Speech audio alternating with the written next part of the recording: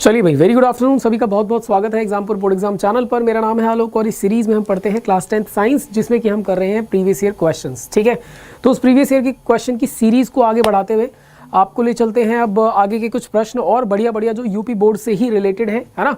और UP board आप कहिए, UP board, MP board, Jharkhand board, sir इन सभी में आपको ना इस प्रकार के सिमिलर प्रश्न मिलेंगे। प्रश्नों का स्तर बहुत अच्छा है, किसी भी प्रश्न पत्र में आपको इस प्रकार के प्रश्न देखने को मिल सकते हैं। तो चलिए शुरुआत कर लेते हैं सेशन की, है ना। मैं एक बार मेंशन कर देता हूं, वैसे हमारा टारगेट जनरली क्या है कि हम ज्यादातर टारगेट कर रहे हैं सर यूपी बोर्ड को, है ना। UP board mock test. अब सर क्योंकि ये क्लास 10th से रिलेटेड है, सर तो आप ये कह सकते हैं अब यूपी बोर्ड मॉक टेस्ट है या कोई भी, पर ये क्लास तो सर कौन सी है सर, क्लास 10th, और अच्छे लेवल के प्रश्न होते हैं सर, काफ़ी अच्छे लेवल के प्रश्न होते हैं, इसलिए यूपी बोर्ड के काफ़ी अच्छे लेवल के प्रश्नों को लेकर आपके सामने हाजिर हूँ। और शुरुआत करेंगे आज के प्रश्नों की। तो सीधा जो है प्रश्नों की शुरुआत पे चलते हैं, पहले सीधा सर प्रश्नों पे चलते हैं, है ना। बाकी चीज़ें बाद में डिस्कस करेंगे, पहले सीधा प्रश्नों को देख लेते हैं सर, है ना। चलिए ये लीजिए सर, प्रश्न आपके सामने हाजिर है इस प्रकार से। देखिए ज़रा प्रश्न को और शुरुआत कीजिए सर, पहले उत्तर देना, सीधा उत्तर देना शुरुआत कीजिए सर, ठीक है। और ये भी बताना चाहूँगा जो भी बातचीत है वो तो हम इन बिटवीन करते ही रहेंगे। ज़रा एक बार प्रश्न देख लीजिए, तत्व XCl2 यानी क्लोराइड बना रहा है सर। तत्व X क्या है? X का अर्थ होता है सर कि हमें नहीं पता, किसी भी तत्व को हमने एक नाम दे दिया, X नाम दे दिया, हमें नहीं पता XYZ कुछ भी हो सकता है, X नाम दे दिया हमने। कह रही है X के साथ Cl यानी क्लोराइड जो है इस प्रकार जुड़ जाता है, इस सूत्र वाला एक क्लोराइड बन रहा है सर। तो जो एक ठोस है, हमें याद रखना है सर, ये एक ठोस है, ठीक है। ये जो भी बन रहा है सर ये एक ठोस है तथा जिसका गलनांक अधिक होता है। अब इसका सर गलनांक भी अधिक है और ये ठोस भी है। हमारे पास केवल ये दो सूत्र जो है अवेलेबल है, हमारे पास केवल ये दो जो आप कह सकते हैं सुराग है कि भाई सर ये जो बन रहा है ये एक तो ठोस है और इसका गलनांक क्या है सर, इसका गलनांक क्या है सर, इसका गलनांक अधिक है, गलनांक अधिक है। अब आपको बताना है सर ये क्या हो सकता है, कैसे पता करेंगे सर। ऐसे प्रश्नों में केवल आपको गलनांक दिया है और ठोस दिया है सर। बहुत सारे तत्व हो सकते हैं जिनका गलनांक अधिक हो और वो ठोस भी हो, तो सर कैसे पता करेंगे हम इस परिस्थिति में, कैसे पता करेंगे सर। देखो सर, इसका पता करने का सीधा सा एक सबसे सरल तरीका क्या है, सबसे सरल तरीका सर फॉर्मूला मेकिंग सिखाया हुआ है आपको। क्या सिखाया हुआ है सर? Formula making. तो सर फॉर्मूला मेकिंग जरा अप्लाई कीजिए, आप लोग फॉर्मूला मेकिंग अप्लाई कीजिए और देखिए कि कैसे इस प्रश्न का सही उत्तर आता है सर। फॉर्मूला मेकिंग अप्लाई कीजिए। कैसे सिखाया हुआ है सर आपको? फॉर्मूला मेकिंग में बहुत अच्छे से समझाया हुआ है सर। जैसे मान लीजिए Na है, तो मुझे पता है Na का जो परमाणु संख्या है सर कितनी होती है? 11। अंतिम कक्ष में कितने इलेक्ट्रॉन पाए जाते हैं या जिसे हम वैलेंस इलेक्ट्रॉन कहते हैं सर, तो वैलेंस इलेक्ट्रॉन की संख्या सर कितनी होती है? 1 होती है वैलेंस इलेक्ट्रॉन की संख्या। तो सर वैलेंस इलेक्ट्रॉन की संख्या अगर सोडियम 11, उसका परमाणु संख्या, वैलेंस इलेक्ट्रॉन की संख्या 1, और क्लोरीन जो होता है सर, क्लोरीन की सर 17 होती है परमाणु संख्या, और वैलेंस इलेक्ट्रॉन की संख्या की अगर बात की जाए तो सर ये इसकी वैलेंस इलेक्ट्रॉन की संख्या भी क्या होती है सर? 1 ही होती है, क्योंकि इसे 1 की ही आवश्यकता होती है। इसकी वैलेंस इलेक्ट्रॉन की संख्या भी कितनी होती है सर? 1 की होती है। वैलेंस इलेक्ट्रॉन की संख्या को हम कैसे बताते हैं कि कोई तत्व किसी तत्व से कितने इलेक्ट्रॉन के लेन या देन पे या साझेदारी पे जो है अपने आप को स्थायी बना सकता है। तो सर ये अगर एक दे दे तो अपने आप को स्थायी बना सकता है, ये एक ले ले तो अपने आप को स्थायी बना सकता है, लेकिन दोनों की परिस्थिति में एक एक वैलेंस इलेक्ट्रॉन की संख्या है। तो इसका मतलब सर अगर इन दोनों के बीच में फॉर्मूला बनेगा ना, तो सर वो XCl2 ना बन के वो XCl बनेगा। ये 2 देखना है सर, हमें ये 2 देखना है। उत्तर तो आप लोगों ने बहुत तरीके से दे ही दिया है, मैं देख ही पा रहा हूँ, है ना सर। तो सर कौन हो सकता है सर? एल्यूमिनियम में हो सकता है क्या सर? एल्यूमिनियम का सर वैलेंस इलेक्ट्रॉन की संख्या की बात की जाए तो वो सर 3 होती है, तो XCl3 बन जाएगा, AlCl3 बन जाएगा। सिलिकॉन की बात की जाए सर, सिलिकॉन में क्या होती है सर? सिलिकॉन में सर वैलेंस इलेक्ट्रॉन की संख्या सर 4 हो जाती है, वैलेंस इलेक्ट्रॉन की संख्या 4 हो जाती है सिलिकॉन में, इसलिए ये भी नहीं बन पाएगा। तो सर हमारा उत्तर ना तो सिलिकॉन है, ना एल्यूमिनियम है, ना सोडियम है। हमारा उत्तर क्या है सर? मैग्नीशियम। इसका सर परमाणु संख्या 12 होता है, इसके वैलेंस इलेक्ट्रॉन की संख्या 2 होती है। अगर ये क्लोरीन के साथ अभिक्रिया करेगा तो सर ये क्या बनाएगा? XCl2 बनाएगा। कैसे सर? सीधी बात है सर, MgCl2 ऐसे बनेगा, क्योंकि इसकी वैलेंस इलेक्ट्रॉन की संख्या 2 है, इसलिए 2 क्लोरीन जो है इसके साथ जुड़ जाएंगे। इस प्रकार से इस प्रश्न का सही उत्तर क्या आ जाएगा सर, सेकंड जो ऑप्शन है इसका सही उत्तर है। ठीक है, इसी प्रकार से प्रॉपर व्याख्या करते हुए चलेंगे। आसान और मुश्किल सभी प्रकार के बढ़िया बढ़िया प्रश्न आपको मिलेंगे जो आ सकते हैं। चलिए सर, है ना, पहले अगर ये प्रश्न आपके पास, इसको आसान मत समझना, आपको लग रहा हो ये सर आसान है, वो तो आपके सामने जो है उत्तर जब इस प्रकार से प्रदर्शित हो जाता है ना, तब आप कहते हैं अरे सर ये तो आता है हमें। लेकिन जब प्रश्न जब पेपर में आता है ना, तो ऐसा लगता है कि जो एग्जामिनर है जिसने पेपर सेट किया है उसने हमसे अपनी दुश्मनी निकाली है। क्यों सर? क्योंकि सर ऐसा लगता है कि उसने बताया तो कुछ है नहीं, केवल XCl2 बता दिया और ये बता दिया गलनांक अधिक होता है और ये बता दिया कि ठोस है। ना तो ठोस से कुछ पता चल रहा, ना गलनांक अधिक से कुछ पता चल रहा। अब दिमाग जो है यहाँ पे जाता ही नहीं कि फॉर्मूला मेकिंग लगा के देखा जाए, अपने आप हो जाएगा। दिमाग यहाँ जाता ही नहीं। कई बार ऐसा हो जाता है प्रश्नों में, जब आप एग्जाम हॉल में बैठे होते हैं, परीक्षा भवन में जब आप बैठे होते हैं ना, तब ऐसा हो जाता है सर। ठीक है सर, चलिए अगला प्रश्न आपके सामने, अपच का उपचार करने के लिए निम्न में से कौन सी औषधि का उपयोग करते हैं आप सर, बताइए सर, है ना। अपच का उपचार करने के लिए निम्न में से कौन सी औषधि का आप उपयोग करते हैं, बताइए सर। देखिए औषधि का नाम आपको दिया हुआ है, क्या दिया हुआ है सर? एंटीबायोटिक जिसे आप प्रतिजैविक भी कहते हैं, एनाल्जेसिक जिसे पीड़ाहारी भी कहते हैं सर, एंटासिड, क्या सर? एंटासिड, एंटासिड देखिए, एंटा एसिड आपको पता होगा एंटा एसिड क्या होता है ना सर। एंटा एसिड, एंटा एसिड ऐसे क्यों बोलते हैं सर? एंटा एसिड ऐसे क्यों बोलते हैं? एंटासिड सर, ये ए जो है ना ये कॉमन यहाँ पे है, ए जो है सर कॉमन है। एंटासिड, एंटासिड, ठीक है, ऐसे ही लिखा है यहाँ पे एंटासिड। या फिर एंटीसेप्टिक प्रतिरोधक, सर एंटीसेप्टिक कब लगाते हैं? जब सर चोट लग जाती है तब लगाते हैं। हमें क्या करना है सर? हमें अपच का उपचार करना है सर। चोट लगना एक अलग बात है, अपच सर अलग बात है। पीड़ाहारी, तो सर जब अपच होता है तो पेट में दर्द होता है तो सर पीड़ाहारी ऐसा कुछ ले सकते हैं? नहीं सर, नहीं सर, हम इसका इस्तेमाल नहीं करते, क्योंकि जो पेट में दर्द हो रहा है उसका कारण क्या है? एसिडिटी जो है उसका कारण हो सकती है। और सर एसिडिटी में आप एंटीबायोटिक भी नहीं लेते सर, आप क्या लेते हैं? एंटी एसिड या एंटा एसिड जिसे आप कहते हैं, है ना, एंटासिड जिसे आप कहते हैं, ये इसको लिया जाता है सर। क्या क्या हो सकता है सर? सर ये आपका मीठा सोडा भी हो सकता है इसके अंदर। क्या हो सकता है सर? मीठा सोडा सर, ये क्षारीय होता है ना, मीठा सोडा क्या होता है? क्षारीय होता है। और क्या ले सकते हैं सर? इनो सुना होगा आपने सर, इनो क्या है? एक प्रकार से एंटासिड ही है। इनो क्या है सर? एक प्रकार से एंटासिड ही है। मिल्क ऑफ मैग्नीशिया सुना होगा आपने, मिल्क ऑफ मैग्नीशिया सर, ये मिल्क ऑफ मैग्नीशिया क्या होता है? ये भी एक प्रकार से एंटासिड होता है सर, क्षारक होता है सर एक प्रकार से, समझ रहे हैं ना आप। तो ये सारी चीजें जो है इनका हम इस्तेमाल कर सकते हैं। ठीक है सर, अगले प्रश्न पे चलते हैं सर। बेहतरीन तरीके से इसी प्रकार से बढ़िया बढ़िया प्रश्नों को देखते हैं सर। क्या है? एसीटोन के बारे में पूछ रहा है, बताइए जरा। इस बार मैं आपकी मदद नहीं करूंगा, 2 प्रश्नों में आपकी मदद करके आपकी जो गाड़ी है उसे फर्स्ट गियर से सेकंड गियर में ले आया। अब जो है आपकी मदद नहीं होगी, अब आपको उत्तर देना होगा। अब देखिए बढ़िया सा प्रश्न है सर, एसीटोन में प्रक्रियात्मक समूह बताना है, फंक्शनल ग्रुप इन एसीटोन। क्या? फंक्शनल ग्रुप इन एसीटोन, बताइए सर। एसीटोन के अंदर फंक्शनल ग्रुप कौन सा होता है, बताइए सर। कुछ बच्चे तो सर नाम देखते ही बता देंगे इसका जवाब, कुछ बच्चे नाम देखते, अब सुराग मिल गया सर ने बोला नाम, अब नाम में ढूंढेंगे सर हम। जो प्रक्रियात्मक समूह है, फंक्शनल ग्रुप है, उसे नाम में ढूंढेंगे। परंतु मैं आपके सामने इसी के साथ साथ एक और प्रश्न रखता हूं। प्रश्न ये है, एंटासिड का फॉर्मूला बताइए, या उसका जो आप कह सकते हैं उसका लुईस डॉट स्ट्रक्चर बता दीजिए, या फिर एंटासिड का फॉर्मूला प्रॉपर लिख के बताइए कि सर ऐसा ऐसा होता है ना। किसका? एसीटोन का, माफ कीजिएगा, एसीटोन का आप फॉर्मूला बताइए। एसीटोन का फॉर्मूला बताइए सर। मान लीजिए आपको एसीटोन का प्रक्रियात्मक, हाँ बढ़िया बढ़िया, बहुत बढ़िया, एसीटोन का आपको प्रक्रियात्मक समूह पता चल गया, तो अब आप मुझे एसीटोन का फॉर्मूला बता दीजिए। जब आप फॉर्मूला बता देंगे तब मैं समझ जाऊंगा कि हाँ वाकई बच्चे जो हैं शानदार तरीके से पढ़ रहे हैं सर। बताइए सर, चलिए कुछ समय दिया आपको, बताइए सर इसके बारे में क्या होगा। क्या इसके अंदर एल्डिहाइड प्रक्रियात्मक समूह है या अल्कोहल प्रक्रियात्मक समूह है? ये कोटोन लिखा है सर, कोटोन लिखा है, कोटोन नहीं होता सर, कीटोन होता है ना सर। ये की कर देते हैं, इसको कीटोन कर देते हैं, है ना, कीटोन है ये। कीटोन प्रक्रियात्मक समूह या फिर कार्बोक्सिलिक प्रक्रियात्मक समूह सर। बताइए सर, जल्दी से बताइए, उत्तर दीजिए इसका बेहतरीन तरीके से, शानदार तरीके से उत्तर आना चाहिए। प्रश्न अगर मैं बात करूं तो सर एक से एक प्रश्न आपको देखने को मिलेगा आज की इस क्लास के अंदर, है ना। ऐसे बेहतरीन कई सारे प्रश्न जो हैं आपको देखने को मिलेंगे।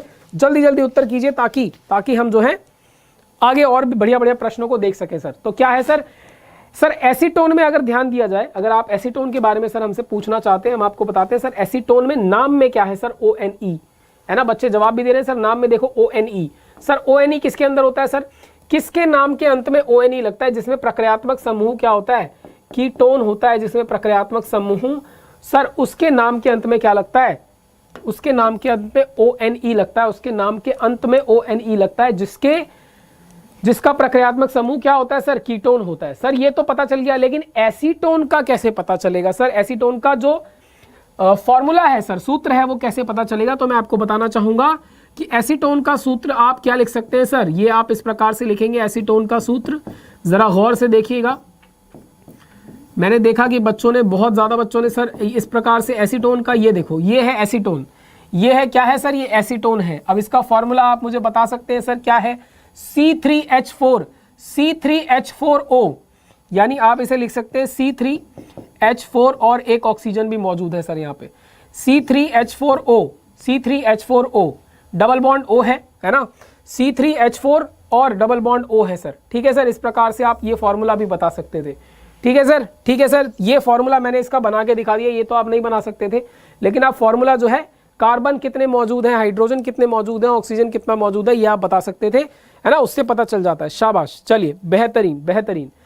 यदि आपका ये प्रश्न भी बेहतर तरीके से आपको समझ आ गया है ना, मैं लिख दूं जरा, एसीटोन है सर ये, सर ये एसीटोन है, याद रखिएगा, एसीटोन का ये सूत्र है। चलिए अगला प्रश्न देखिए सर, नेत्र की समझन क्षमता से आप क्या समझते हैं, पावर ऑफ अकोमोडेशन की बात कर रहा है सर, किसकी, power of accommodation, power of accommodation की बात कर रहा है सर, पावर ऑफ अकोमोडेशन, जो आपकी नेत्रों में आईज की पावर ऑफ अकोमोडेशन होती है, उससे आप क्या समझते हैं, जरा बताइए, जरा उत्तर लिखिए जरा, है ना। इसको उत्तर को लिखने में आपको हो सकता है थोड़ा सा समय लगे, है ना, पर कम से कम शब्दों में। देखो मैं यही मानता हूं कि पढ़ा लिखा कौन, अगर आपसे कोई पूछे कि कैसे पता करें सर पढ़ा लिखा है या नहीं है, सर ज्ञानी है या अज्ञानी है, पढ़ा लिखा है या नहीं है, देखो ज्ञानी अज्ञानी बिल्कुल अलग चीज़ होती है, बिल्कुल अलग। ज्ञानी अज्ञानी मतलब किसी चीज़ के बारे में ज्ञान रखता है तो ज्ञानी, नहीं रखता है तो अज्ञानी, लेकिन पढ़ा लिखा है या नहीं है ये अलग बात है सर। एक होता है कि कम पढ़ा लिखा है, एक होता है ज़्यादा पढ़ा लिखा है, एक होता है सर ठीक ठाक पढ़ा लिखा है। ठीक है, बहुत सारा वर्गीकरण कर दिया मैंने एक साथ ही। लेकिन सर अगर आप अपने शब्दों में, अगर आपसे कोई कहे, समय कम है सर, जल्दी जल्दी ब्रीफ में बता दो, एकदम छोटा 3-4 लाइनों में बता दो या 4-5 शब्दों में बता दो, तो आप अपनी बात को 3-4 शब्दों में भी इस तरीके से स्पष्ट रूप से कह जाएं, तब कहा जाएगा सर आप पढ़े लिखे हैं। लेकिन अगर आपसे उसी बात के, जिस बात के लिए आपने 4-5 शब्दों का इस्तेमाल किया, आपसे कहा जाए सर इस बात पे भाषण देना है, चलो स्टेज पे, तो आप बिल्कुल ना घबराएं, जाएं और बिल्कुल संक्षेप में आप सारी चीजें बोलते ही चले जाएं सर, बोलते ही चले जाएं, है ना, तो सर तभी माना जाता है सर कि आप पढ़े लिखे हैं। तो पावर ऑफ अकोमोडेशन, नेत्र की समझन क्षमता से आप क्या समझते हैं, जल्दी से उत्तर दीजिए सर। हाँ जी ठीक है, बिल्कुल। चलिए चलिए एक बार मैं भी बता देता हूं आपको क्या है ये, है ना, क्या है ये। आपको पता है आपके नेत्र के अंदर क्या मौजूद होता है सर, एक लेंस मौजूद होता है। आपके नेत्र के अंदर क्या मौजूद होता है सर, आपके नेत्र के अंदर एक लेंस मौजूद होता है। तो लेंस जो है वो अपनी फोकस दूरी को समायोजित करता है सर। लेंस, आपकी आंखों के अंदर जो लेंस मौजूद है, आंखों में मौजूद लेंस क्या करता है सर, अपनी फोकस दूरी को, या फोकस दूरी को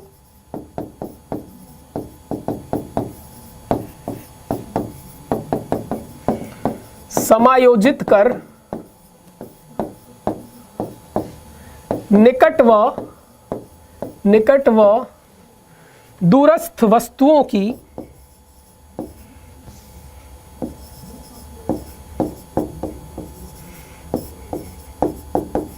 निकट व दूरस्थ वस्तुओं के प्रतिबिंब को किस पे, दृष्टि पटल पे, किस पे सर, दृष्टि पटल पे क्या करता है सर, दृष्टि पटल पे वो प्रतिबिंब जो है उसको फोकस कर देता है। दृष्टि पटल पे प्रतिबिंब को क्या कर देता है सर, फोकस कर देता है। इसी को क्या कहते हैं, दृष्टि पटल पे वस्तु के प्रतिबिंब को क्या कर देता है सर, फोकसित कर देता है।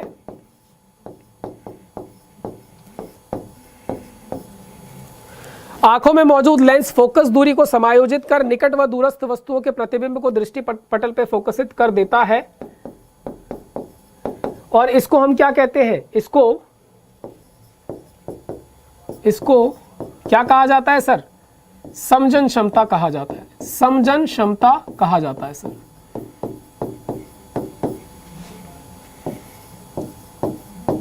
सर हमने दो बातें करी ना सर, एक तो निकट बिंदु सर, निकट बिंदु कितना होता है सर, सर देखो साधारणतः निकट बिंदु एक स्वस्थ, अगर मैं कहूं कोई मनुष्य है स्वस्थ है, उसकी आंखें स्वस्थ है सर, तो उसे 25 सेंटीमीटर उसका निकट दूरी जो है उसकी आंखों की होगी, जहां पे वो बिल्कुल आराम से बिना आंखों पे जोर पड़े देख सकता है। सर अगर दूरस्थ की बात करेंगे सर अगर दूरस्थ बिंदु की बात करेंगे तो सर ये कहाँ होता है, ये सर इनफाइनाइट होता है, मतलब इन्फिनिटी पे होता है, यानी अनंत बिंदु पे होता है सर। कहाँ होता है, अनंत बिंदु पे होता है सर। ये कहाँ होता है, अनंत बिंदु पर होता है। ठीक है सर, ये तो छोटी सी बात है सर, ये तो हमने कई बार करा हुआ है। चलो बढ़िया वाला प्रश्न देखो, अब ये है बढ़िया प्रश्न, इसमें सर सूत्र भी इस्तेमाल होगा, इसमें आपका ज्ञान भी इस्तेमाल होगा। आपको पता है ये किसके बारे में बात कर रहा है सर, प्रकाश वायु से। देखो प्रकाश वायु से 1.50 अपवर्तनांक की कांच की प्लेट में प्रवेश करता है। मतलब कि सर ये कांच का कोई, ये मान लीजिए एक प्लेट है ना, ये कांच की एक वस्तु है, और प्रकाश जो है ना, मान लीजिए ये प्रकाश जो है श्वेत प्रकाश, ये इस प्रकार से, अब ये कहां से आ रहा है सर, वायु से आ रहा है। ये वायु कहां से आ रहा है, प्रकाश ही सर, ये वायु से ये कहां पे, ग्लास के अंदर, ग्लास के अंदर क्या कर रहा है सर, प्रवेश कर रहा है। तो सर मेरे को इसमें ड्राइंग करने की जरूरत नहीं है, मुझे तो बस इतना बताना है कि वायु में जो प्रकाश की चाल थी, वायु में जो प्रकाश की चाल थी सर, वो कितनी थी, 3 × 10⁸ मीटर प्रति सेकंड थी। आपको बताना है ग्लास के अंदर सर, है ना, ग्लास के अंदर जिसका अपवर्तनांक आपको दे रखा है, रिफ्रैक्टिव इंडेक्स दे रखा है, रिफ्रैक्टिव इंडेक्स दे रखा है सर, अपवर्तनांक दे रखा है, कितना दे रखा है सर, 1.50 दे रखा है। यानी कांच का आपको रिफ्रैक्टिव इंडेक्स पता है, और प्रकाश में आपको प्रकाश की चाल वायु में कितनी होती है वो दे रखी है। आपको बताना है कि ग्लास के अंदर प्रकाश की चाल, क्या ग्लास के अंदर प्रकाश की चाल किसमें, ग्लास में, ग्लास जो माध्यम है उसमें प्रकाश की चाल आपको बतानी है सर, ये आपको बताना है सर। क्या होगा ये, कैसे बताएंगे सर, इस दी गई सूचना से आप किस प्रकार बताएंगे कि प्रकाश के अंदर जो चाल है वो कितनी है सर, बताइए सर,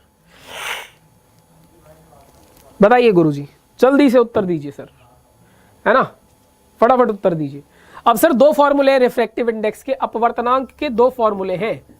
क्या है सर, अपवर्तनांक, भाई पहले तो कोशिश कीजिए अपवर्तनांक के जो दो सूत्र हैं ना, वो दोनों सूत्र लिखिए अगर आपको ज्ञात है तो। सर एक सूत्र जो है सर वो तो ये है कि sir sine I, sine of angle I upon sine of angle R is क्या, कांस्टेंट। एक तो सर ये है, लेकिन सर देखा जाए अगर ध्यान से तो ना तो हमें यहाँ पे कोई एंगल दिख रहा आई, ना कोई एंगल दिख रहा आर। तो सर दूसरा फॉर्मूला क्या है, अपवर्तनांक यानी रिफ्रैक्टिव इंडेक्स, अपवर्तनांक यानी रिफ्रैक्टिव इंडेक्स, इसको सर क्या लिखते हैं आप, इसको सर एन से भी प्रदर्शित करते हैं, इस प्रकार का एन, जिसकी सर पीछे वाली जो इसका पैर होता है इसको थोड़ा सा ज्यादा लंबा खींच देते हैं, इस प्रकार से के एन से रिफ्रैक्टिव इंडेक्स यानी अपवर्तनांक को प्रदर्शित करते हैं, दर्शाते हैं, निरूपित करते हैं, रिप्रेजेंट करते हैं सर। और इसका एक और जो सूत्र है सर वो क्या होता है सर, वो होता है सर स्पीड ऑफ लाइट। देखो इसको c/v कहते हैं, c/v याद रखोगे तो सबसे बढ़िया, और नहीं तो speed of light in air upon speed of light in medium, यानी प्रकाश की चाल किसमें, निर्वात में, अपॉन यानी बटा में प्रकाश की चाल किसी माध्यम में। समझ रहे हैं ना आप, इस प्रकार से c/v करके स्मॉल में याद रख सकते हैं सर। अगर आप ये याद रख सकते हो, अगर ये कर सकते हो सर, इतना फॉर्मूला बता दिया, जल्दी से आंसर बता दो। सभी बच्चे आंसर बताएंगे तब मजा आएगा, सभी बच्चे आंसर बताएंगे तब मजा आएगा सर। सर देखो क्या क्या दे रखा है प्रश्न में, एक बार जरा ध्यान से देखना सर। रिफ्रैक्टिव इंडेक्स दे रखा है सर, किसका सर, सर ये देखो अपवर्तनांक दे रखा है 1.50, ग्लास का अपवर्तनांक दे रखा है सर।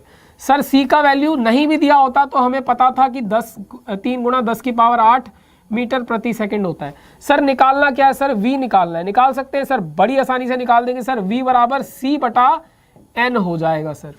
अब भी मैं सॉल्व करूं, जल्दी से उत्तर दे दो सारे बच्चे, सब सारे बच्चे देंगे उत्तर तब मजा आएगा सर।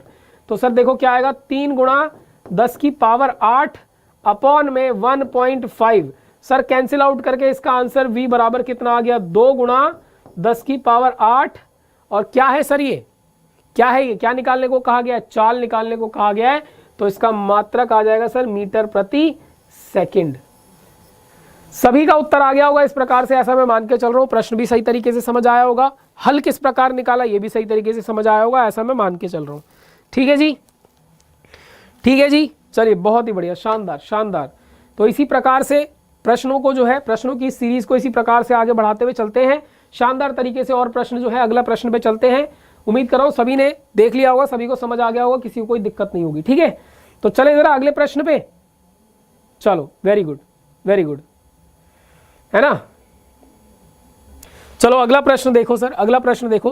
किसी दर्पण का प्रयोग सड़कों पर लगे लैंपों के ऊपर किया जाता है, दर्पण के कोई 3 उपयोग बताइए। पहले तो आप उस दर्पण का नाम बताइए। वो कह रहा है स्ट्रीट लाइट के बारे में।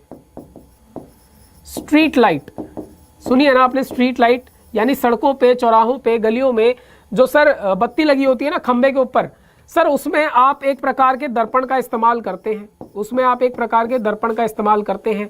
वो दर्पण सर किस प्रकार का दर्पण है उसका नाम बताना है सर। स्ट्रीट लाइट में जो दर्पण इस्तेमाल होता है उस दर्पण का सर नाम बताना है आपको। यहां उसका नाम बताइए सर, और उसके 3 उपयोग बताइए सर। 3 उपयोग, 3 उपयोग बताने हैं सर, उसके 3 उपयोग भी बताने हैं सर। बताइए सर, दर्पण का नाम बताइए सबसे पहले। सर देखो, एक होता है जो दर्पण के बारे में अगर बात करें सर, दर्पण के बारे में अगर बात करें तो दर्पण 2 प्रकार के, एक अभिसारी और एक अपसारी। अभिसारी और एक अपसारी, ये 2 प्रकार के दर्पण होते हैं सर। ठीक है, तो सर हमें कौन सा वाला दर्पण चाहिए? आप जरा स्ट्रीट लाइट के बारे में सोच के देखो सर। ये स्ट्रीट लाइट लगी है कोई, ये सर लाइट लगी है। ठीक है, ये क्या चाहोगे कि ये लाइट जो है केवल यहां रोशनी दे, एक जगह फोकस करे रोशनी को? नहीं सर, हम चाहेंगे कि ये रोशनी ज्यादा से ज्यादा फैले सर, ज्यादा से ज्यादा फैले। और कौन है, देखो फैलने का मतलब होता है डाइवर्जिंग। डाइवर्जिंग तो सर कौन है जो रोशनी को फैलाता है? कौन सा दर्पण है जो रोशनी को फैलाएगा ना कि केंद्रित करेगा? तो सर उत्तर तो मिल गया सर, उत्तर तो मिल गया सर। सर अवतल दर्पण रोशनी को केंद्रित करता है, जबकि उत्तल दर्पण, उत्तल दर्पण क्या करता है सर? उत्तल दर्पण क्या करता है सर? रोशनी को फैलाएगा। तो सर हमें स्ट्रीट लाइट से जो रोशनी है ना वो चारों तरफ चाहिए सर, इसलिए हम कैसा दर्पण इस्तेमाल करेंगे? उत्तल दर्पण इस्तेमाल करेंगे सर। अगर इसके 3 उपयोगों के बारे में बात किया जाए तो साइड मिरर में, गाड़ियों में जो साइड मिरर होता है, साइड सबसे बेहतरीन उपयोग इसका गाड़ियों में साइड मिरर में होता है सर, है ना सर। क्योंकि बड़ा सा इमेज है, उसको क्या करना है सर? छोटा करके दिखाना है कि इतने छोटे से मिरर में पूरा पीछे का व्यू, पूरा पीछे का नजारा सर आना चाहिए, तभी हमें पता चलेगा कौन सी गाड़ी बगल से निकलने वाली है, पीछे ट्रक आ रहा है या बस आ रही है। सब इतने छोटे से मिरर में चाहिए सर। एक और इसका काम है सर, आपने देखा होगा दुकानों में, जो बड़ी बड़ी दुकानें होती हैं जिसमें सर आप कैमरे से नजर नहीं रख पा रहे, तो उसमें आप क्या देखते हैं? ऐसे पोल लगाया, ऊपर से इस प्रकार से एक मिरर है, इस प्रकार से एक दर्पण उसमें लगा दिया गया, उसमें सारी तस्वीरें सर जो है उसमें आ रही होती हैं। आप देख के बता सकते हैं कि क्या हो रहा है। तो जो आपका सर्वेलेंस मिरर होता है ना, दुकानों में जो लगा होता है, सर्वेलेंस मिरर की तरह भी इसका सर काम आता है ना। दुकानों में चोरी होने से बचाने के लिए भी आप इस्तेमाल करते हैं इस दर्पण का, है ना। तो दुकानों में, मैं केवल इतना लिख रहा हूं कि बड़ी दुकानों में, है ना, बड़ी दुकानों में देख रेख के लिए या नजर रखने के लिए। और एक और उपयोग मुझे आप बताएंगे देख रेख के लिए, बड़ी दुकानों में देख रेख के लिए। सर एक तो ये बता दिया, और एक क्या है सर? एक उपयोग मुझे आप कमेंट बॉक्स में बताएंगे सर। ठीक है सर, ये 2 उपयोग मैंने आपको बता दिया, और कौन सा दर्पण इस्तेमाल होता है सर ये भी बता दिया। चलिए इसी के साथ अगले प्रश्न पे चलते हैं सर, इसी के साथ अगले प्रश्न पे चलते हैं। देखिए अगला प्रश्न क्या है, जल्दी जल्दी क्विकली देखो। प्रश्न जो है धीरे धीरे जो है प्रश्न का लेवल जो है कहीं और ही पहुंच जाएगा, प्रश्न का लेवल कहीं और ही पहुंच जाएगा। बस आप जो है जल्दी जल्दी उत्तर देने का प्रयास कीजिए। देखो अब ये वाला प्रश्न करके दिखा दो, मान जाऊंगा, मजा आ जाएगा। अगर तुमने ये वाला प्रश्न कर दिया तो ऐसा लगेगा वाह क्या बच्चे हैं। बताओ, चलो जल्दी से प्रश्न पढ़ो और इस प्रश्न का उत्तर दो। 2 मिनट तो लगेंगे इस प्रश्न को समझने के लिए, लेकिन यूपी बोर्ड जो है या कोई भी बोर्ड हो, जब पेपर मुश्किल बनाना होता है तो सर टीचर क्या करता है सर? प्रश्नों की संख्या को नहीं बदला जा सकता। अगर 20 प्रश्न आने, 50 प्रश्न आने, 70 प्रश्न आने, तो प्रश्नों की संख्या तो सर उतनी ही रहेगी जितनी पहले से बता दी गई है। तो सर क्या किया जा सकता है? हर प्रश्न के लिए एक निर्धारित समय भी होता है। जैसे कि किसी प्रश्न के लिए मान लीजिए अगर मल्टीपल चॉइस है, बहुविकल्पीय प्रश्न है, तो आपको एक प्रश्न के लिए 1 मिनट ही दिया जाता है। परंतु मान लीजिए किसी प्रश्न में व्याख्या करनी है, तो उस प्रश्न के लिए 2 मिनट या 3 मिनट दिए जाते हैं। पर अगर आपके पास न्यूमेरिकल आ जाए तो सर वहां पे समय जो है ना, वो अगर एग्जामिनर निर्धारित करे तो भी आप जो है उससे ज़्यादा समय ले सकते हैं, क्योंकि सर न्यूमेरिकल है, कैलकुलेशन में टाइम लग सकता है। पहले तो प्रश्न को समझो और सही से उसके जितने भी मान दिए हुए हैं, उसमें परिमाण जितने दिए हुए सभी को नोट करो, फिर क्या निकालना है, फिर उसका सूत्र निकालो। उसके बाद आप उस सूत्र के अंदर सारी वैल्यूज़ यानी सभी परिमाणों को डालेंगे और उसके बाद कैलकुलेशन भी सही करनी है सर। ठीक है, तो यहाँ पे सर थोड़ा सा लंबा हो जाता है मामला, जो है थोड़ा सा गड़बड़ हो जाता है। तो देखो पहले तो प्रश्न ही इतना लंबा कर दिया ताकि आपको ज़्यादा समय लगे। अब कम से कम समय में इसको हल करके दिखाइए सर, तब मज़ा आएगा। चलिए बताइए सर कैसे होगा, ज़रा जल्दी बताइए सर। देखो प्रश्न एक बार देख लो सर, किसी विद्युत स्तरीय में अधिकतम ताप दर, ये सर स्तरीय नहीं है, ये स्तरीय नहीं है, ये विद्युत क्या है, स्त्री है, आयरन है या प्रेस है ना, क्या लिखते हैं आप, आयरन या प्रेस। ठीक है, स्त्री नहीं लिख सकते ना, स्त्री इस प्रकार से लिखते होंगे शायद आप, जैसे भी लिखते होंगे स्त्री, समझ गए ना आप क्या है ये। तो किसी विद्युत स्त्री में अधिकतम ताप दर के लिए 840 वोल्ट जो है 840 वाट, वोल्ट नहीं वाट, जो कि पावर होती है, 840 वाट पावर जो है की दर से ऊर्जा प्रयुक्त की जाती है तथा 360 वाट की दर से उस समय प्रयुक्त होती है जब तापमान दर न्यूनतम हो। तो मतलब आपको यहाँ पे क्या बता दिया सर, पावर जो है, पावर यानी शक्ति जो है आपको बता दिया गया सर कि शक्ति जो है एक तो अधिकतम, क्या सर, अधिकतम कितनी है सर, 840 वाट, अधिकतम 840, और सर न्यूनतम, न्यूनतम देखो सर, न्यूनतम कितनी है सर, न्यूनतम है 360 वाट। ठीक है सर, ये अधिकतम ये न्यूनतम। ठीक है सर, अब बताओ सर, अब वो क्या कह रहा है प्रश्न में आगे, अब वो प्रश्न में आगे क्या कह रहा है जरा ध्यान से देखना। वो कह रहा है सर कि यदि विद्युत स्रोत की वोल्टता, यानी आपको वोल्ट बता रहा है सर, पोटेंशियल डिफरेंस बता रहा है, विभवांतर बता रहा है, क्या विभवांतर बता रहा है सर, विभवांतर कितना, वो कह रहा है सर 220 वोल्ट हो, कितना हो सर, 220 वोल्ट हो। ठीक है, तो दोनों प्रकरणों में, यानी इस प्रकरण में भी, अधिकतम वाले में भी और न्यूनतम वाले में भी, आपको क्या बताना है सर, धारा तथा प्रतिरोध, यानी आई भी बताना है, आई भी बताना है एंड आर भी बताना है सर, धारा भी बतानी है और प्रतिरोध भी बताना है। अब सर देखो मैंने प्रश्न पूरा समझा दिया, इतना समय आपको भी लगेगा सही तरीके से समझने में, सही तरीके से समझने में। अब इसको हल करना है सर, कैसे हल करेंगे सर, पता चल गया क्या कि आई और आर निकालना है।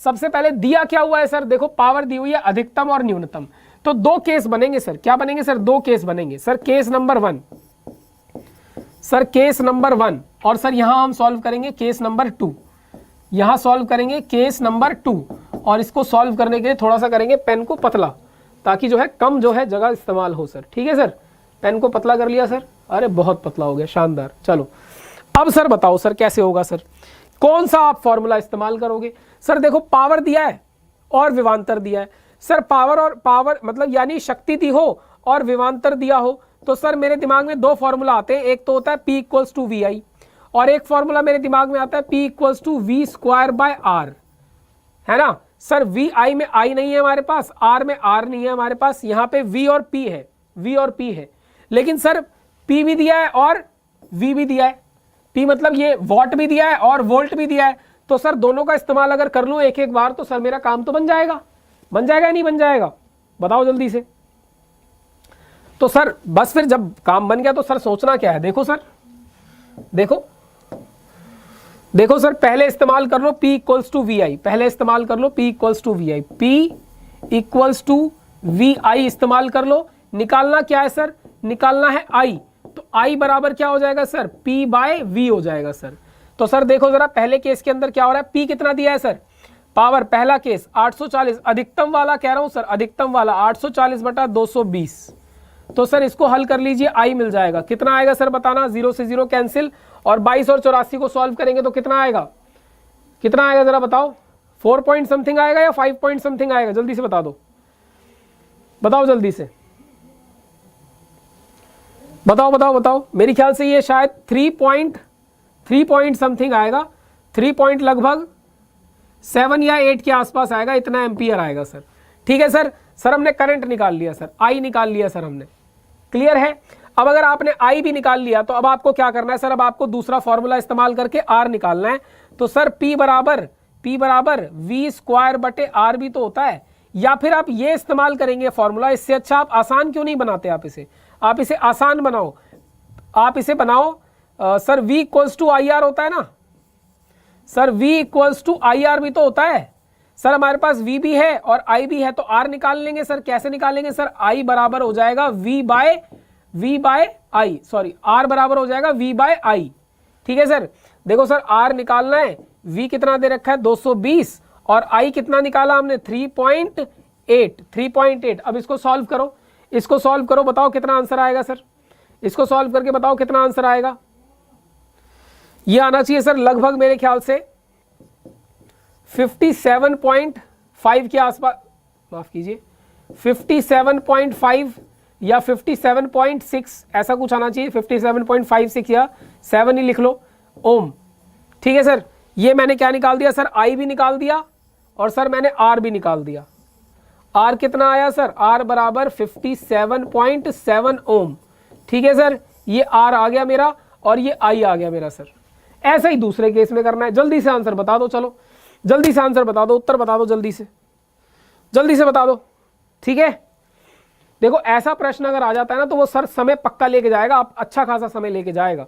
देखो ये मैंने थोड़ा सा कम जगह में इसको इस्तेमाल करके सॉल्व कर दिया सर। मैंने क्या कहा, आप ये देखो कि दिया क्या है, निकालना क्या है, फिर आप फॉर्मूला याद करो। और सर मैं आपको बताऊं एक फ्री की एडवाइस सर ये है कि पावर के तो सारे फॉर्मूले याद कर लो, पावर के सर सारे फॉर्मूले याद कर लो। पहला फॉर्मूला आपका, दूसरा फॉर्मूला आई स्क्वायर आर, तीसरा फॉर्मूला आपका क्या होता है वी स्क्वायर बाय आर, चौथा फॉर्मूला आपका एक और है वी आई। सर ये लो 4 फॉर्मूले, 1 2 3 और 4, ये 4 फॉर्मूले याद कर लो सर। पावर के तो सारे फॉर्मूले याद कर लो। खुद ही बता दो मुझे किस फॉर्मूले का इस्तेमाल करना चाहिए सर। सर P दिया हुआ है ना, और क्या दिया हुआ है सर, V दिया हुआ है और I पूछा हुआ है, तो सर ये वाला फॉर्मूला इस्तेमाल कर लेते हैं। तो ये लो सर P बराबर वी आई, तो सर हमें क्या निकालना है, हमें निकालना है I, तो ये क्या हो जाएगा सर P बाय V हो जाएगा। इस बार जो पावर है सर कितनी है, न्यूनतम पावर को लेना है इस बार, न्यूनतम पावर 360 और सर V कितना है सर 220, V कितना है 220। सर काटो इसे, कितना आ जाएगा जल्दी से बता दो एक बार देख के मुझे, कितना आ जाएगा जल्दी बताओ कितना आएगा। ये लगभग आना चाहिए 1.6 या 2 ऐसा कुछ आना चाहिए, इतना एम्पियर आएगा सर। अगर ये सही समझ में आ गया तो सर फिर क्या रह गया सर, फिर ये वाला फॉर्मूला लगा दो, V equals to I R. R निकालना है ना सर, V भी है I भी निकाल लिया है, R निकल जाएगा सर। कैसे निकलेगा, R बराबर V बटा I हो जाएगा सर। V कितना है, V 220 है, I कितना है सर 1.6 समथिंग है। तो इसको सॉल्व कीजिए, आपका R निकल आएगा सर, कितना होगा, R निकल आएगा आपका, जल्दी से निकाल के बता दो। शाबाश, वेरी गुड वेरी गुड। ठीक है सर, समझ आ रहा है, क्लियर है सब कुछ, ठीक है ना। ये बेटा आपका आ जाएगा लगभग अराउंड 134 134.56 ऐसा कुछ आ जाएगा आपका ओम, ठीक है। इतना आ जाएगा लगभग, आप अपने हिसाब से निकाल लीजिए, जो भी संख्याएं आप निकाल रहे हैं सब बढ़िया है, ठीक है। पर इसी के आसपास रहेगा, ये लगभग 135 के आसपास ही आएगा। मैंने 5 लिख दिया है, ये 5 6 7 कुछ भी हो सकता है सर, इसको देख लेना, 5 6 7 8 कुछ भी हो सकता है ये, ठीक है। तो लगभग 135 के आसपास आएगा रफली, उसे सही से आप निकाल लेना, क्योंकि डेसिमल के बाद कम से कम 2 डिजिट तो निकालनी चाहिए। जब आप एक कक्षा और आगे जाएंगे 11th क्लास में जब आप जाएंगे तब आपको कहा जाएगा कि दशमलव के बाद कम से कम 3 संख्याओं तक जो है आपको उत्तर निकालना है। अभी आपको बोला जाएगा कि दशमलव के बाद 1 संख्या 2 संख्या दोनों चल जाएगा, ठीक है। जब आप 11th में आ जाएंगे तब आपके लिए संख्या जो है बढ़ा दी जाएगी, समझ रहे हैं आप। चलिए, तो शानदार तरीके से प्रश्न देखो, लंबा था, समझने में थोड़ा सा समय लगता है, उसके बाद तो सर सारा खेल हमें पता है कैसे करना है। क्योंकि अटकता बच्चा कहाँ है, अटकता वही है जब वो प्रश्न में ही उत्तर ढूंढ रहा होता है, इस प्रकार से नहीं मिलेगा। अगर न्यूमेरिकल है तो जितनी भी संख्याएं दी है सारी लिख लो, कौन सी संख्या दी है, क्या निकालने को कहा है, दोनों में संबंध ढूंढो, फॉर्मूला मिल जाएगा, फॉर्मूला मिलते ही वैल्यूज डालो, आंसर आ जाएगा। और अगर यही ढूंढते रहोगे, अच्छा ये भी वोट, ये भी जो है पावर शक्ति का परिमाण दिया, ये भी शक्ति का परिमाण दिया है। अब सोचोगे शक्ति के परिमाण और 2 शक्ति के परिमाण दिए हो तो कौन सा फॉर्मूला लगाऊं, फिर तो सोचते रह जाओगे, फिर तो आएगा ही नहीं उत्तर। पर अगर ऐसे वर्गीकरण कर लोगे, क्लासिफिकेशन ऐसे सर कि अधिकतम ये न्यूनतम विमांतर दिया है, IR पूछा है, फिर देखो कैसे आंसर आएगा। ठीक है सर, तो यहाँ पे ऐसे ऐसे कंफ्यूज मत होना, हमेशा इस प्रकार से जो है प्रश्न को हल करना। चलो अगले क्वेश्चन पे आ जाते हैं, अगले क्वेश्चन पे आ जाते हैं। देखो जरा प्रश्न पढ़ो जरा एक बार, ये विकल्प नहीं है, जरा ध्यान से देखना, विकल्प नहीं है ये, प्रश्न पढ़ो जरा ध्यान से।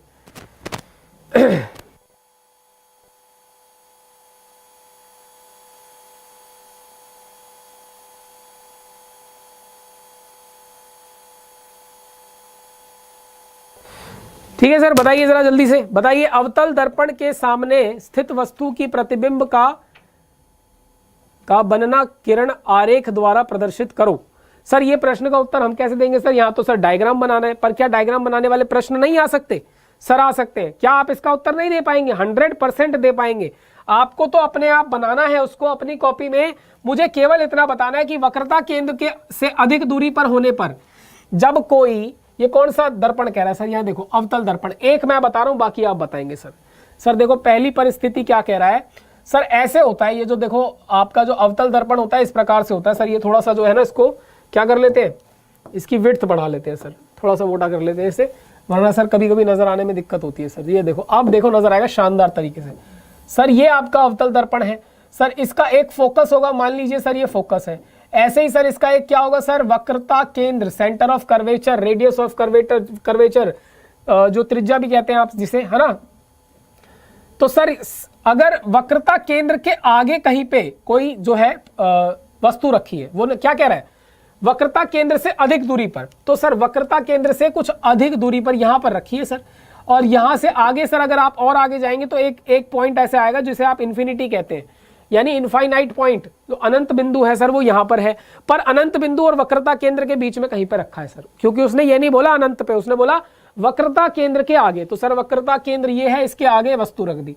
अब आपको तो केवल इतना बताना है कि अगर वस्तु यहां रखी है तो प्रतिबिंब कहां बनेगा, बस इतना ही तो बताना है। आप कमेंट में लिखो सर कि सर प्रतिबिंब जो है, प्रतिबिंब, मैं तो ऐसे ही बता दूं आंसर कहां बनेगा सर प्रतिबिंब जो है ध्रुव पे बनेगा सर, प्रतिबिंब जो है वो फोकस पे बनेगा, सेंटर ऑफ कर्वेचर पे बनेगा, सेंटर ऑफ कर्वेचर या फोकस के बीच में बनेगा, फोकस या ध्रुव के बीच में बनेगा, कहां बनेगा बताओ जरा, इतना ही तो बताना है सर। पहली परिस्थिति का पहले ये उत्तर देना है, फिर अगला आपको वक्रता केंद्र पर अगर वस्तु रखी हो तब बताना है, फिर वक्रता केंद्र तथा फोकस के बीच में रखी हो तब भी बताना है, और फोकसथ तथा दर्पण के बीच में रखी हो तब भी बताना है। 4 परिस्थितियों में आपको बताना है। खुद ड्रॉ कीजिए, मेरे को तो केवल आंसर बता दो यहाँ पे सर, ठीक है। शानदार तरीके से उत्तर आ जाने चाहिए सर, शानदार तरीके से उत्तर आ जाने चाहिए, है ना सर। ड्रॉ करके देख सकते हैं सर, बहुत अच्छे तरीके से हम ड्रॉ करके देख सकते हैं। वैसे हम जानते भी हैं, ऐसी कोई बड़ी बात नहीं है। देखो सर अगर यहाँ पे है, अगर यहाँ पे है, देखो कैसे करेंगे सर, एक रेखा तो इस प्रकार जाएगी सर, दूसरी रेखा किस प्रकार आएगी सर, ऐसे जाएगी। और सर यहाँ पे मुझे दूसरा पेन लेना पड़ेगा ताकि आपको नजर आए थोड़ा सा। सर ये देखो, ये यहाँ पे कहीं पे सर यहाँ बनेगा सर, यहाँ बनेगा, यहाँ बनेगा, ये बन रहा है सर। एक तो ये कैसा बनेगा सर, देखो कैसा बनेगा तो पूछा ही नहीं है आपसे, आपसे पूछा है बनेगा कहाँ, तो आप कहोगे सर वक्रता केंद्र, क्या वक्रता केंद्र व फोकस के बीच, व फोकस के बीच में प्रतिबिंब बनेगा। ठीक है सर, ये आपकी पहली परिस्थिति हो गई सर, वक्रता केंद्र व फोकस के बीच में बनेगा, पहली परिस्थिति हो गई। और ये सर आपने बना दिया, देखो मैंने इसको अलग पेन से भी ड्रॉ कर दिया, ये आपका प्रतिबिंब बन रहा है सर। ठीक है सर, वेरी गुड। अगला प्रश्न सर इसी में आ जाओ सर, वक्रता केंद्र पर अगर रखा हो सर।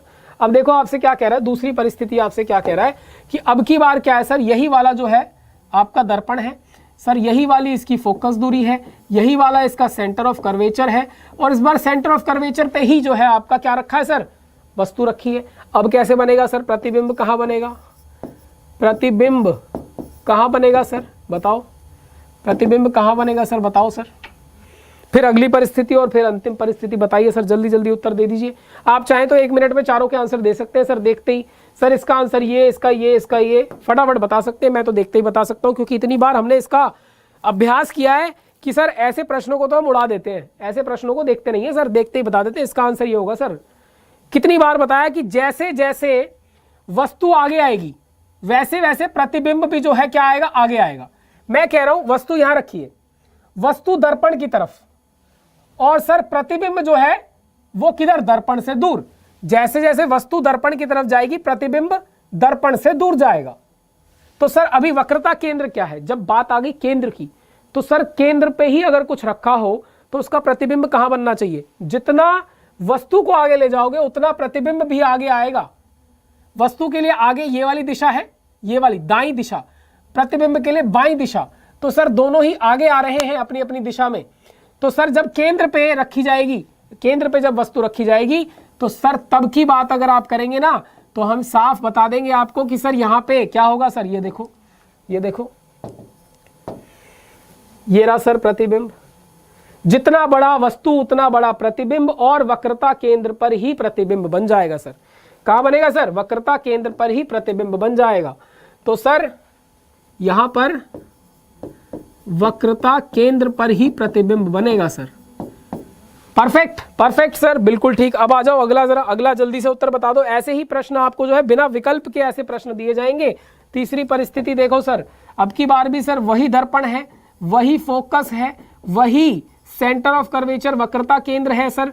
आगे की परिस्थिति भी कुछ वैसी ही हो सकती है सर, पर हमें वस्तु कहां बोला है, वक्रता केंद्र तथा फोकस, वक्रता केंद्र और फोकस के बीच में ये रहा। बताओ सर, और वही मेरी बात कही हुई ध्यान रखना, जैसे जैसे वस्तु जो है दर्पण की तरफ बढ़ेगी वैसे वैसे प्रतिबिंब दर्पण से दूर जाएगा। जितना वस्तु प्रतिबिंब की जितना वस्तु दर्पण की तरफ आगे भागेगी उतना ही प्रतिबिंब दर्पण से दूर भागेगा। समझ रहे हो, अगर ये बात पकड़ ली तो बात बन गई सर, ये बात पकड़ ली तो बात बन गई सर। तो जल्दी से बता दो उत्तर, चलो जल्दी से बता दो उत्तर, है ना सर जी, जल्दी से उत्तर बता दीजिए क्या उत्तर होगा सर इसका। सर देखिए इसको भी हम ड्रॉ कर लेते हैं, आप कहते हैं तो सर, है ना, इसको भी ड्रॉ कर लेते हैं सर। सर यहाँ क्या होगा, ये इस प्रकार से फोकस से जाएगा सर, ठीक है। और दूसरा जो है ना सर, दूसरा जो है वो इस प्रकार यहाँ से जाएगा। और अगर आप इसे सीधा ला पाए तो आपको ये पता चल जाएगा। देखो मैंने ये गलत तरीके से यहाँ पे आ गया, ये देखो मेरी बात सुनो, ये वक्रता केंद्र से आगे जाएगा। ये ना मेरे से लाइन ठीक से नहीं खिंच रही है, रुको जरा एक बार। ये वक्रता केंद्र के आगे यहाँ पे मिलेगी, यहाँ पे क्या कहा था मैंने, इस बार प्रतिबिंब कैसा बन रहा है, बड़ा बन रहा है सर, वस्तु से बड़ा बन रहा है। प्रतिबिंब जो है वस्तु से बड़ा बन रहा है और वक्रता केंद्र के आगे बन रहा है। ये वक्रता केंद्र के उस तरफ वस्तु रखी है, वक्रता केंद्र के इस तरफ प्रतिबिंब बन रहा है। वस्तु छोटी, प्रतिबिंब बड़ा बन रहा है। तो सर उत्तर क्या आ गया आपका कि प्रतिबिंब कहां बनेगा सर, प्रतिबिंब कहां बनेगा, वक्रता केंद्र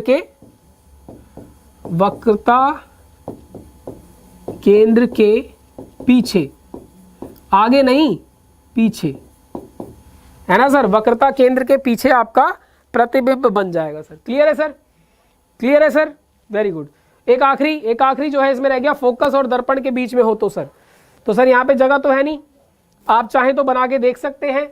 मैं यहाँ पे छोटा सा बना के दिखाता हूँ आपको। देखो ये फोकस, ये सेंटर ऑफ कर्वेचर, अगर यहाँ रख दोगे ना वस्तु को तो सर कमाल हो जाएगा। देखो ये ऐसे टकरा के यहाँ, और सर यहाँ से जो है इस प्रकार से यहाँ, ये दोनों पैरेलल निकल जाएंगी, समानांतर निकल जाएंगी।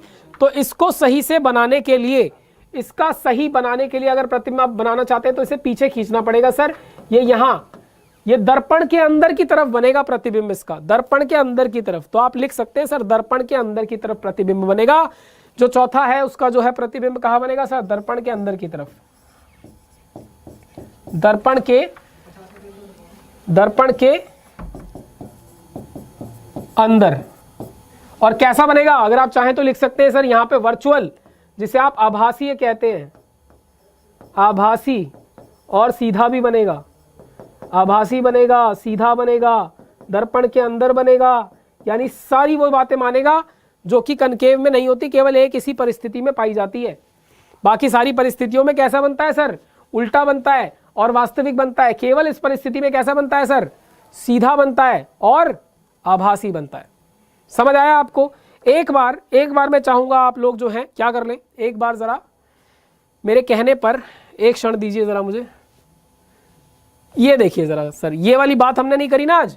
तो क्या है सर, एग्जाम्पल डबल धमाका वीक। क्या सर, एग्जाम्पल डबल धमाका वीक 60% ऑफ एग्जामपुर के सभी कोर्सेज पर कूपन कोड इस्तेमाल अगर आप कर लें, सुपर 60 कूपन कोड का इस्तेमाल करके एग्जामपुर पे चल रहे सभी कोर्सेज पर 60% ऑफ मिल रहा है। इसका लाभ उठाइए। सर हमारे क्या काम का, हम तो क्लास 10th में है, कोई बात नहीं। आपके भाई बंधु रिश्तेदार जानकार हो सकता है किसी गवर्नमेंट एग्जाम की तैयारी कर रहे हो, तो बेटा उन्हें जाइए बताइए कि एग्जामपुर पे सभी गवर्नमेंट एग्जाम की तैयारी कराई जाती है। और साथ ही साथ एग्जामपुर जो है वो कभी भी पैसों के लिए किसी बच्चे की तैयारी को छूटने नहीं देता। 60% ऑफ दे रहा है। पहले ही जो है बहुत कम फीस है, उसके बाद भी 60% ऑफ, ताकि हर बच्चा तैयारी करे, हर गरीब घर से एक सरकारी नौकरी तो कम से कम पक्की हो। तो सर इसीलिए ये जो है इसका ज्यादा से ज्यादा प्रचार करिए अपने आसपास सभी जगह। और साथ साथ 30% ऑफ आपको एग्जामपुर की बुक्स पर मिल रहा है। सर एग्जामपुर की बुक्स, हाँ बिल्कुल, गवर्नमेंट एग्जाम की प्रिपरेशन के लिए एग्जामपुर की ढेरों बुक्स आपको मिल जाएंगी। और उसकी जानकारी के लिए आपको क्या करना पड़ेगा सर, एग्जामपुर ऑफिशियल ऐप को डाउनलोड करना पड़ेगा। पर उससे पहले आप ये ध्यान रखिए कि अगर आप ये ऑफर चाहते हैं 30% ऑफ मिल जाए आपको एग्जामपुर की बुक्स पे, तो आपको बुक 30 कूपन कोड का इस्तेमाल करना पड़ेगा। और अब मैं आपको बताना चाहूंगा कि एग्जामपुर ऑफिशियल ऐप, इसके बिना काम नहीं चलेगा सर। तो सबसे पहले एग्जामपुर ऑफिशियल ऐप को प्ले स्टोर से डाउनलोड कीजिए। सभी एंड्रॉइड फोन धारी लोग जितने भी हैं, है ना, सभी के पास एंड्रॉइड है सर। किसी के पास एप्पल हो तो बता देना, फिर उन्हें कहाँ 60% ऑफ की जरूरत है, वो बिना 60% ऑफ के ले लेना। तो देखो sir, download Exampur official app from the Play Store. और यहाँ पे आपको सर ना केवल फ्री PDF बल्कि current affair, free quiz, live classes, mock test, book इत्यादि बहुत सारे लाभ मिलते हैं। तो सर इसको भी मत चूकिए, ठीक है। तो ऐसा करते हैं कि आज की क्लास यहीं तक रखते हैं। मुझे लगता है कि आज की क्लास यहाँ तक पर्याप्त है आप लोगों के लिए। कल हम और प्रश्न लेके आएंगे बढ़िया जिनको आपके साथ डिस्कस करेंगे, जो कि यूपी और अन्य board, Jharkhand board, UP board, MP board, सभी को टारगेट करते हुए होगा, ठीक है।